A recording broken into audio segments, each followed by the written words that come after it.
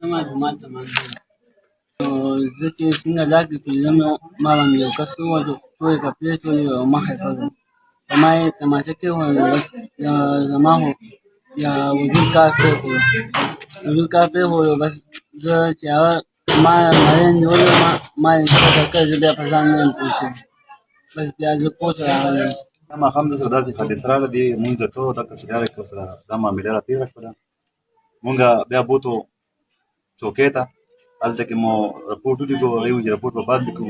بیا ربیس ولې د میرینګ وکړو نو هغه هلته کې مونږ شهبازګړۍ ته بوتلو شهبازګړۍ نه بیا لاړو زیړ هسپتال ته بیا لاړو کمپلیکس ته نو د هغې نه پس ډاکټر پر علاج وکړو په ټایم ټایم ول وکړله ژبه ول وګنډله واپسۍ کې مونږ رالو نو هغه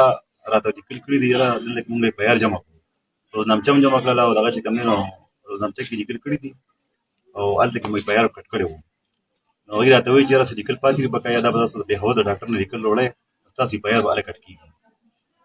نو د هغې په انتظار نه سبا کې به انشاءالله ځو بیا به هلته کې چې کوم دی نو ډاکټر نه لیکل وړو د دې اف آی آر به کټ کېږي روزنامچه شوې ده